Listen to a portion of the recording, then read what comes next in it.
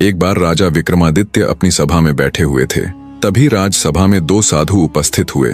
किसी विषय को लेकर उन दोनों का अलग अलग मत था, तो उन्होंने फैसला किया कि क्यों ना न्यायवादी राजा विक्रमादित्य के पास ही चला जाए और उनसे ही अपनी समस्या का समाधान निकलवाया जाए। राजा विक्रमादित्य के समक्ष उपस्थित हो पहले साधु ने अपना मत रखा। हे राजन, किसी भी मनुष्य का मन ज्यादा शक्तिशाली होता है। वो मन ही है जो मनुष्य से कुछ भी करवा सकता है, उसे किसी भी दिशा में बहा कर ले जा सकता है। पहले साधु का मत जानने के बाद राजा विक्रमादित्य ने दूसरे साधु को उसका मत बताने के लिए सम्मान सहित आग्रह किया। तब दूसरा साधु बोला, हे राजन, किसी भी मनुष्य के मन से ज्यादा शक्तिशाली उसकी बुद्धि, उसका ज्ञान होता है। अब दोनों साधु अपनी अपनी बात पर अड़े हुए थे। एक मन को तो दूसरा ज्ञान यानी बुद्धि को बड़ा बता रहा था। दोनों का पक्ष जानने के बाद विक्रमादित्य ने विचार किया कि ये विषय वाकई में बड़ा गहन और विचारने लायक है। उसने दोनों साधुओं से इसके ऊपर फैसला सुनाने से पहले 6 माह का वक्त मांगा और उन्हें 6 माह बाद आने को कहा। दोनों साधु आश्वस्त हो लौट गए। जब भी राजा विक्रमादित्य कभी इस प्रकार की उलझन में होते तो वो अपना भेष बदलकर प्रजा में निकल पड़ते।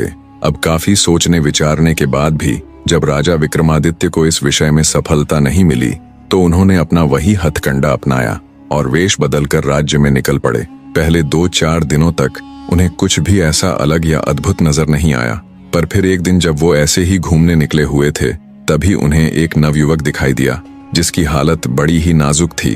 कपड़े जगह जगह से फटे हुए थे। मैले कुचैले कपड़े और लंबी लंबी दाढ़ी होने के बावजूद भी राजा विक्रमादित्य ने उस नवयुवक को पहचान लिया। दरअसल वो नौजवान नगर के एक बहुत ही प्रतिष्ठित व्यक्ति का लड़का था। जब राजा ने उस नवयुवक से उसके पिता का हाल चाल जानना चाहा और उससे उसकी इस दशा का कारण पूछा तो उस नवयुवक ने राजा विक्रमादित्य को अपना परिचित समझ उन्हें अपनी पूरी व्यथा कह सुनाई कि कैसे उसके धनवान पिता की मृत्यु पश्चात सब कुछ एकदम से हाथ आने पर उसे इन सब का घमंड हो गया। उसने पिता की दौलत से अपनी मनमानी की। मन किया तो जुआ खेला, मन किया तो नर्तकियों के कोठे पर गया, वैश्यालय में जाकर वैश्याओं संग रासलीला में डूब गया। हर वो गलत काम किया जिससे उसकी दौलत दिन ब दिन बहुत तेजी के साथ कम होने लगी। और फिर एक दिन ऐसा आया कि वो पूरी तरह कंगाल हो गया। जो मित्र सगे संबंधी कभी उसका सम्मान करते थे आज वही उसका मजाक उड़ाते हैं। मारे शर्म के उसका जीना दुभर हो गया। अब किसी तरह मेहनत मजदूरी करके अपना पेट भरता है। न आंखों से आगे नवयुवक बोला, महोदय, जब मेरे पास खूब धन था, किसी चीज की कोई कमी न थी, तब मन के वशीभूत हो मैं बहता चला गया और अपनी हर मनमानी पूरी की। अब पछता रहा हूँ। तब राजा विक्रमादित्य बोले, कैसा हो अगर समय पीछे चला जाए, कैसा हो अगर फिर से तुम्हारे पास वो गवाई हुई धन दौलत वापस आ जाए। राजा की बात सुन नवयुवक बोला, महोदय, ऐसा तो कदापि संभव नहीं, पर मैं इतना जरूर कहूंगा, अगर ऐसा हो जाए तो अब इस जमाने ने मुझे धन का महत्व इस कद्र सिखा दिया है कि अब वो कदापि ऐसी भूल नहीं करेगा। उस नौजवान का मलाल देख राजा विक्रमादित्य ने उसे अपना परिचय दिया और उसे जितना धन उसके पिता की मृत्यु उपरांत मिला था उतना ही धन फिर से दे दिया और उसे किसी अच्छी जगह निवेश करने की सलाह दी। समय बीतने लगा। 6 माह का समय अब पूरा होने को आया था। वे दोनों साधु फिर से राजा विक्रमादित्य के दरबार में हाजिर हुए और बोले, बताओ राजन, क्या आप किसी नतीजे पर पहुंचे? दोनों साधुओं की बात सुन राजा विक्रमादित्य बिना कुछ कहे सुने उन दोनों को अपने साथ उस नवयुवक के पास ले गए। नवयुवक अब पूरी तरह बदल चुका था। उसने सिर्फ 6 माह के अंदर ही व्यापार में काफी तरक्की हासिल कर ली थी। राजा विक्रमादित्य और साधुओं को आया देख नवयुवक ने बड़े सम्मान के साथ उनका आदर सम्मान किया। असमंजस में फंसे साधुओं की समझ में कुछ नहीं आ रहा था। उनका आशय समझ राजा विक्रमादित्य ने उन दोनों साधुओं को उस नवयुवक की पूरी व्यथा कह सुनाई और बोले, हे ऋषिवर, ज्ञान और मन में से ज्ञान का स्थान ऊंचा है। मनुष्य के ऊपर बार बार उसका मन हावी होने की चेष्टा करता है, पर अपने ज्ञान के बल पर विवेकशील मनुष्य मन को कभी अपने ऊपर हावी नहीं होने देता। मन अगर रथ है तो ज्ञान सारथी, बिना सारथी रथ अधूरा है। राजा विक्रमादित्य की बात सुन दोनों साधु पूरी तरह आश्वस्त हो खुशी खुशी लौट गए। इतनी कथा सुना 7वीं पुतली कौमुदी राजा भोज से बोली, अगर है आपके अंदर भी ऐसा गुण तो आइए, आपका स्वागत है इस दिव्य सिंहासन पर। महान राजा विक्रमादित्य की एक और कथा सुन राजा भोज एक बार फिर खुद को बड़ा तुच्छ अनुभूत करते हैं। अगले दिन फिर से दरबार सजा। राजा भोज फिर से उस सिंहासन पर विराजने के लिए आए। पर एक बार फिर एक दिव्य प्रकाश के साथ एक और चमत्कारी पुतली तारामती सिंहासन से प्रकट हुई और हमेशा की तरह राजा भोज को सिंहासन पर बैठने से रोकते हुए उन्हें राजा विक्रमादित्य का एक और किस्सा सुनाना प्रारंभ करती है। एक धूर्त तांत्रिक हर रोज एक सुंदर कन्या के साथ सहवास करता था। दरअसल उस तांत्रिक ने उस बला की खूबसूरत कन्या को अपना बंदी बनाया हुआ था। उस धूर्त तांत्रिक के पास जल के 2 कलश थे जिनमें जादुई जल था। तांत्रिक उनमें से बाएं कलश की पानी की कुछ बूंदें लेकर जब उस सुंदरी पर छिड़कता तो वो एक बंदरिया बन जाती, और जब दाएं तरफ रखे कलश के पानी के कुछ छींटे कन्या रूपी उस बंदरिया के ऊपर फेंकता तो वो वापस अपने असली रूप में आ जाती। ये सब बहुत लंबे समय से चलता आ रहा था। साधु जब दिन में बाहर जाता तो उस सुंदरी को बंदरिया बना देता, और जब रात में वापस अपनी कुटिया में लौटता तो फिर से उसे सुंदर कन्या बना देता और उसके साथ खेलता। वो नवयुवती तांत्रिक के इन कुकर्मों से बहुत हताश थी, पर उस बेचारी के पास कोई रास्ता न था। अगर वो साधु के जाने के बाद बंदरिया के रूप में वहां से भाग भी जाती तो हमेशा के लिए वो बंदरिया बनकर ही रह जाती। अब कम से कम रात के समय तो उसे अपना असली रूप मिलता है। मन में ये विचार आते ही वो वहां से भागने का इरादा त्याग देती। समय बीतता गया। संयोगवश एक दिन शिकार की तलाश में घूमते घूमते राजा विक्रमादित्य उस घने जंगल में आ पहुंचे। जब वो प्यास से बेहाल घोड़े से उतरकर पानी पीने के लिए उस धूर्त तांत्रिक की कुटिया के सामने बने एक कुएं के पास पहुंचे तो उनकी नजर पेड़ की डाल पर बैठी उस बंदरिया पर पड़ी। शुरू में तो राजा विक्रमादित्य ने उसे एक साधारण बंदरिया ही समझा, पर राजा विक्रमादित्य को देख उस बंदरिया ने उछल कूद शुरू कर दी। जब राजा विक्रमादित्य ने उसकी ये हरकत देखी तो उस पर गौर किया तो महसूस हुआ जैसे वो बंदरिया अजीब ढंग से उछल कूद करते हुए उनसे कुछ कहना चाहती है। उसकी हरकत देख राजा विक्रमादित्य ने विचार किया कि कुछ तो गड़बड़ है। उन्होंने सारा रहस्य जानने के लिए एक रात वहीं रुकने का निश्चय किया और थोड़ी दूरी पर एकांत सी जगह देखकर घने सारे वृक्षों में अपने घोड़े को छुपा दिया और खुद भी पेड़ की आड़ में छिपकर बैठ गए और दम साधे अपनी नजर उस कुटिया पर गड़ा ली। जब शाम का समय हुआ तो राजा विक्रमादित्य को एक तांत्रिक आता हुआ दिखाई दिया। वो सीधा कुटिया के द्वार पर गया और उसने बंदरिया को इशारा किया। बंदरिया झट से साधु के पास आ गई। उसने वहां रखे दाएं कलश से बंदरिया के ऊपर पानी के छींटे मारे तो वो एक अति सुंदर स्वर्ग की अप्सरा बन गई। तांत्रिक तभी उस अप्सरा को ले कुटिया के अंदर चला गया। सारा माजरा देख राजा विक्रमादित्य की आंखें फटी की फटी रह गईं। उन्हें घोर आश्चर्य हो रहा था। उनको उस नजारे पर बिल्कुल भी यकीन नहीं हो रहा था जो उन्होंने अभी चंद क्षणों पहले देखा था। एक बार तो राजा विक्रमादित्य ने सारा भेद जानने के लिए उस कुटिया में जाने का निश्चय किया, पर फिर वो कुछ सोचकर वहीं रुक गए। सुबह हुई तो तांत्रिक फिर से उस अप्सरा सी कन्या को बंदरिया बना रोजमर्रा की तरह नगर की तरफ चला जाता है। तांत्रिक के जाते ही विक्रमादित्य उस तांत्रिक की कुटिया के पास गए और वहां रखे दाएं कलश से पानी ले कुछ छींटे उस बंदरिया पर डाले तो वो तुरंत एक सुंदर कन्या बन गई। राजा विक्रमादित्य ने उससे पूछा कि ये सारा माजरा क्या है, क्यों वो तांत्रिक तुम्हारे साथ ऐसा कर रहा है। राजा विक्रमादित्य की बात सुन उस अप्सरा ने अपनी हकीकत बयां की। हे वीर, मैं स्वर्ग निवासी कामदेव और पुष्पवती की संतान हूँ।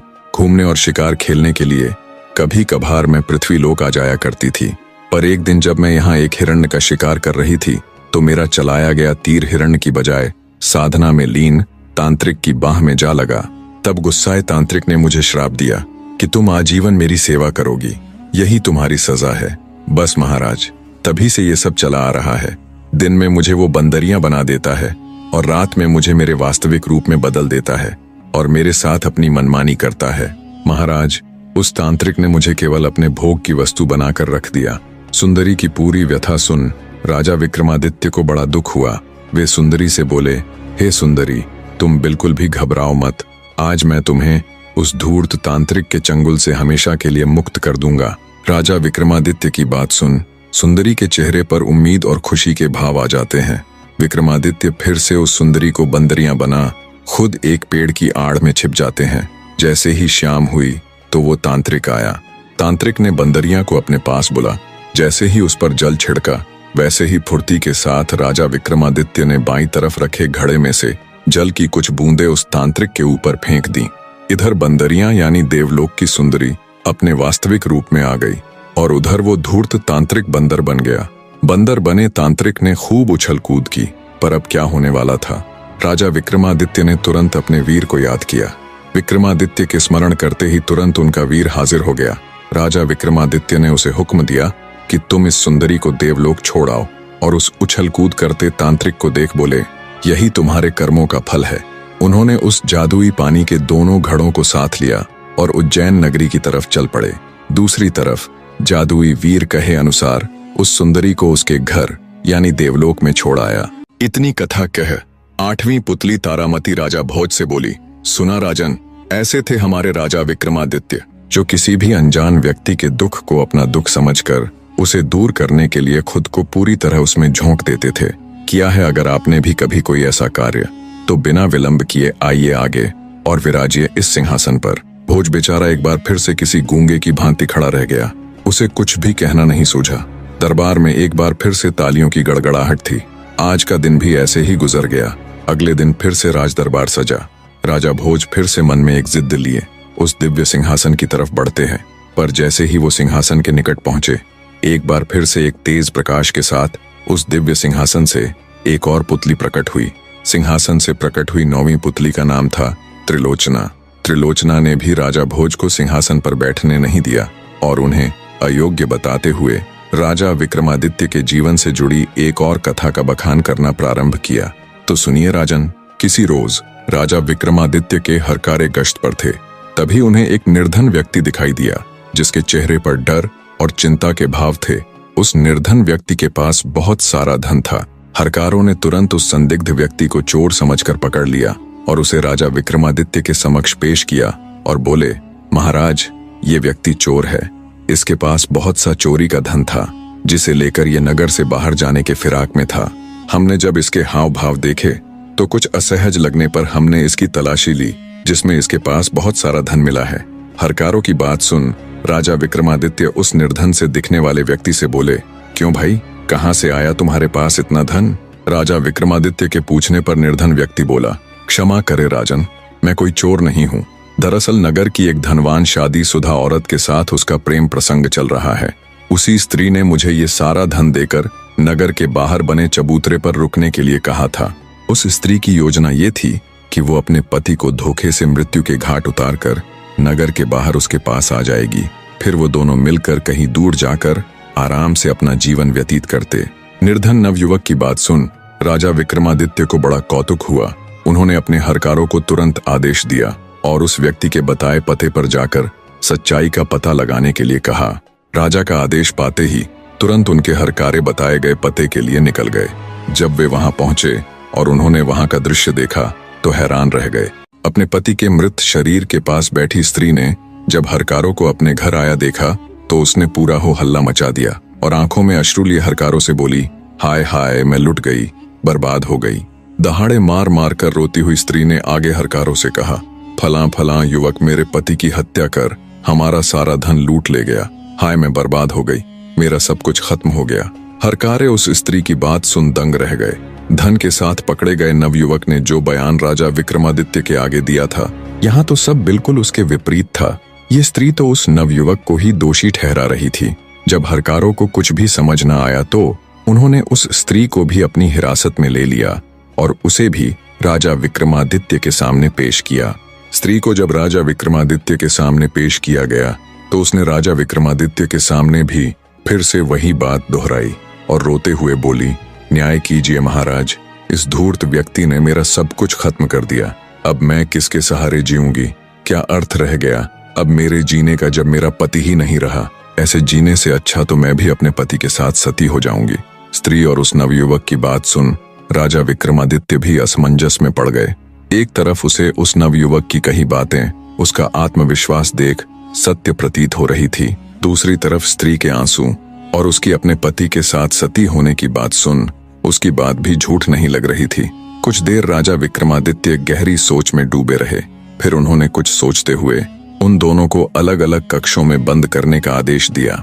फिर राजा विक्रमादित्य ने स्त्री के घर जाने वाले हरकारों से पूछताछ की और उनसे वहां का पूरा विवरण लिया और तुरंत एक राजवैद्य को बुलाया और उस स्त्री के मृत पति की जांच करवाई। राजवैद्य ने जब उसकी मृत्यु का कारण बताया तो सारा माजरा राजा विक्रमादित्य के आगे बिल्कुल स्पष्ट हो गया। राजा विक्रमादित्य ने उस स्त्री को बुलवाया और सख्त स्वर में पूछा, तुम्हारा पति कैसे मरा? स्त्री ने फिर से रोते हुए कहा, महाराज, वह नवयुवक मेरे घर आया और मेरे पति को मारकर हमारा सारा धन लेकर भाग गया।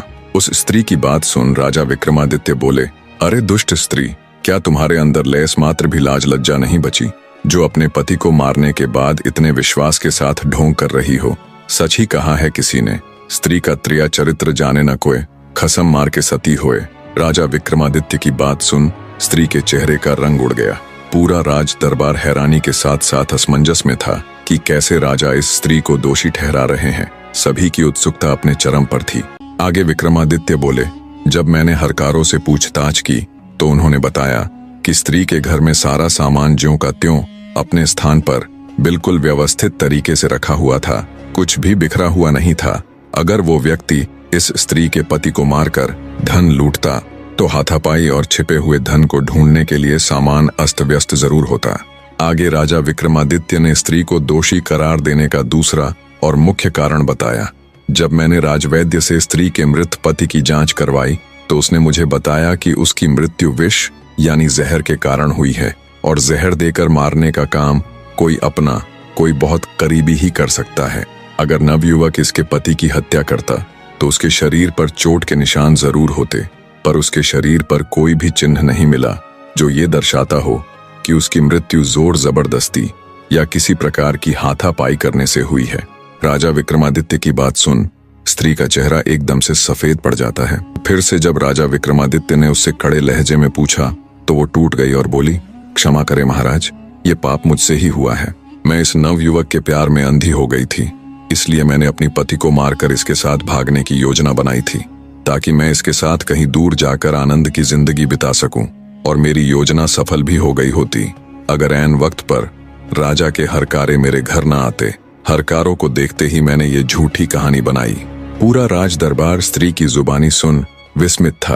राजा विक्रमादित्य ने उस नवयुवक को निर्दोष करार देते हुए आजाद कर दिया और उस दुष्ट औरत को आजीवन कारावास की सजा सुनाई। पूरा राज दरबार राजा विक्रमादित्य के न्याय और उनकी बुद्धि की दाद देता हुआ उनकी वाहवाही कर रहा था। बाकी की और अन्य पुतलियों ने भी राजा भोज को राजा विक्रमादित्य के जीवन से जुड़ी कई कहानियां सुनाई जो उनकी महानता को दर्शाती है, पर वो कहानियां उतनी इंटरेस्टिंग नहीं है जिन्हें मैं आपको सुनाऊं। उदाहरण के तौर पर जैसे कुछ कहानियां ऐसी हैं कि महान राजा विक्रमादित्य ने किसी को बना बनाया महल भेंट कर दिया तो किसी को बहुत सारा धन देकर उसकी मदद की। इन्हीं किस्सों के इर्द गिर्द बाकी की कहानियां हैं जो उतनी इंटरेस्टिंग नहीं है, पर मैं महान राजा विक्रमादित्य की इस जीवन गाथा को ऐसे ही बीच में बंद करके इसके साथ बिल्कुल भी अन्याय नहीं करूंगा। मैं इस कहानी का अंत यानी 32वीं पुतली की कहानी विस्तार से सुनाऊंगा, जिसमें आप सबको पता चलेगा कि कैसे एक महान राजा, एक महान युग का अंत हुआ था और क्या राजा भोज उस सिंहासन पर विराजमान हो पाए या नहीं, जानने के लिए बने रहे। आखिर कैसे अंत हुआ महान राजा विक्रमादित्य का। 31वीं पुतली राजा भोज को कथा सुनाना प्रारंभ करती है। सुनो राजा भोज, कंचन की बराबरी पीतल नहीं कर सकता और हीरे की बराबरी कांच नहीं कर सकता। चाहे तू 1000 बार ही खुद में खुद की तुलना राजा विक्रमादित्य से कर ले, पर तू उनके एक नाखून के बराबर भी नहीं। क्या तेरे अंदर जरा सी भी लज्जा नहीं बची जो तू हर रोज मुंह उठाकर इस सिंहासन पर बैठने चला आता है। 31वीं पुतली इंदुमती की बात सुन राजा भोज मारे लज्जा के धरती के अंदर घुसे जा रहे थे। आगे 31वीं पुतली राजा भोज से बोली, तू आ ही गया है तो ध्यान से सुन। जब राजा विक्रमादित्य को मालूम हुआ कि वे जीवन के अंतिम चरण में है तो उन्होंने नगर के बाईं ओर गंगा नदी के तट पर एक भव्य मंदिर का निर्माण करवाया। जब वो मंदिर पूरा हुआ तो राजा विक्रमादित्य जाकर उसमें रहने लगे। उन्होंने संपूर्ण देश में ये घोषणा करवा दी कि जिसे जो चाहिए वो आकर ले जावे। जितने भी ब्राह्मण, पंडित, बाट, भिखारी राजा विक्रमादित्य के पास गए, उन्हें उनका मुंह मांगा दान राजा विक्रमादित्य ने दिया। जब ये खबर देवताओं तक पहुंची तो बहुत से देवता अपना वेश बदलकर राजा विक्रमादित्य का सत्य देखने के लिए उनके पास आए। जिसके जी में जो आया वो मांगा। राजा विक्रमादित्य ने सबकी इच्छा पूरी करते हुए उनकी मांगी हुई वस्तु उन्हें भेंट दी। तब देवतागण बोले, धन्य है वो माता पिता जिन्होंने तेरे जैसे पुत्र को जन्म दिया। तीनों लोकों में हमेशा तेरी निशानी रहेगी। जैसे सतलोक में राजा हरिश्चंद्र, त्रेता में राजा बलि और द्वापर में राजा युधिष्ठिर हुए, वैसे ही कलयुग में तुम हुए विक्रमादित्य। चारों युगों में तुम सा दूसरा कोई न हुआ। इतनी बात कहते हुए राजा विक्रमादित्य को आशीष देकर देवतागण उनसे विदा लेकर चले गए। इतनी कथा कह 31वीं पुतली इंदुमती बोली, राजा भोज, तू जहां से खोद कर इस सिंहासन को लेकर आया, इसे ज्यों का त्यों वहीं गाड़ दे, यही तेरे लिए उत्तम होगा। भोज भारी कदमों से मन में ढेरों विचारों के साथ दरबार से चला जाता है, पर अगले दिन फिर उसके मन में वैराग्य जाग जाता है और वो सिंहासन पर आरूढ़ होने के लिए उसके पास जाता है। तभी सिंहासन से निकली कनक मंजरी नामक अंतिम और 32वीं पुतली बोली, सुनो राजन, मैं आज तुम्हें अंतिम कथा सुनाने जा रही हूँ। अगर इसे सुनने के बाद भी तुम्हें लगे कि तुम्हें इस सिंहासन पर बैठना चाहिए, तो तुम बिना किसी रोक टोक के इसके ऊपर विराजमान हो सकते हो। मेरे बाद और कोई पुतली तुम्हें रोकने के लिए नहीं आएगी, पर उससे पहले तू मेरी ये कथा सुन ले।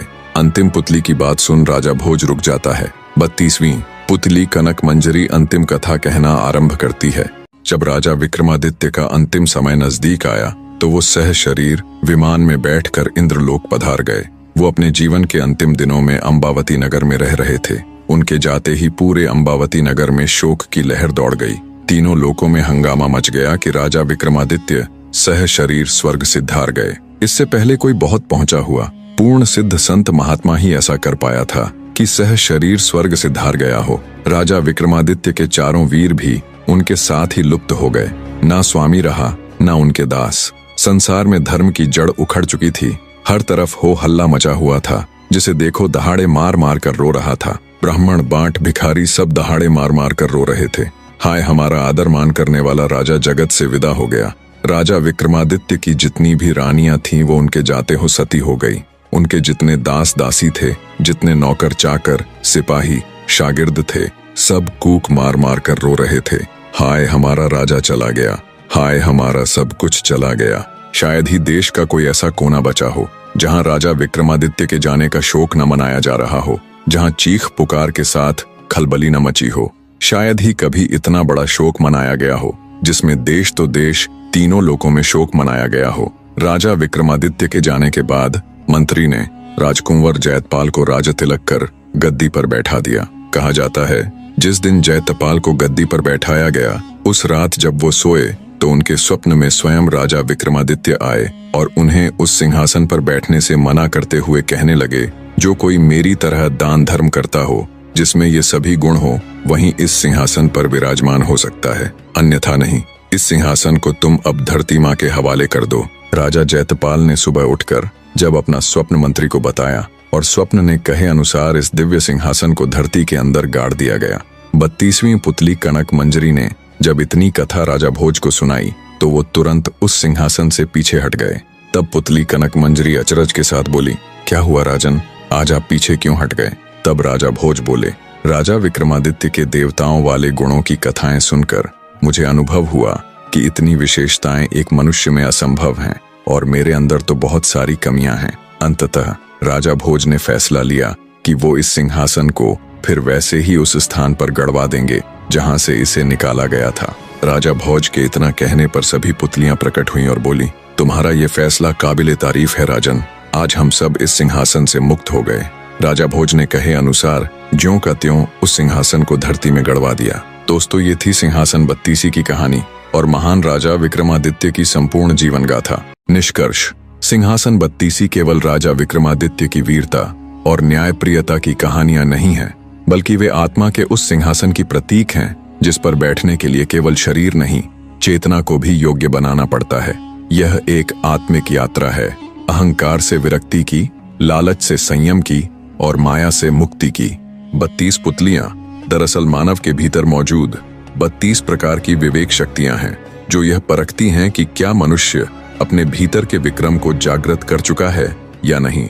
जब कोई व्यक्ति सिंहासन पर बैठने जाता है तो पुतलियां उसे उसकी कमियों का दर्पण दिखाती हैं। यही है आत्मनिरीक्षण, स्वयं के भीतर झांकने की क्षमता। यह स्पष्ट संकेत है कि बाहरी राज्य पर राज्य करने से पहले आत्मा के राज्य में विजय आवश्यक है। राजा विक्रमादित्य वह नहीं जो केवल युद्ध जीतता है, बल्कि वह है जो काम, क्रोध, लोभ, मोह, अहंकार और असत्य जैसे आंतरिक शत्रुओं को जीतता है। उनका चरित्र यह बताता है कि असली सिंहासन वह है जहां आत्मा अपने भीतर के ब्रह्म से एकाकार हो जाती है। इस कथा का गूढ़ संकेत यह है कि जब तक व्यक्ति स्वयं के भीतर के अंधकार को नहीं पहचानता, तब तक वह उजाले का अधिकारी नहीं बनता। जिस दिन वह अपने कर्मों का लेखा जोखा निष्पक्षता से देखने लगता है, उसी दिन से वह सिंहासन का अधिकारी बनता है, न केवल राजपाट का बल्कि आत्मिक शांति का। अतः यह कथा हमसे कहती है, राजा बनो लेकिन पहले अपने भीतर के रंक को हराओ, न्याय करो लेकिन पहले अपने विचारों में संतुलन लाओ, विक्रम बनो लेकिन पहले अपने भीतर की विकृति को जला डालो। यही सिंहासन 32 की असली साधना है, यही आत्मा की सच्ची राज्याभिषेक यात्रा।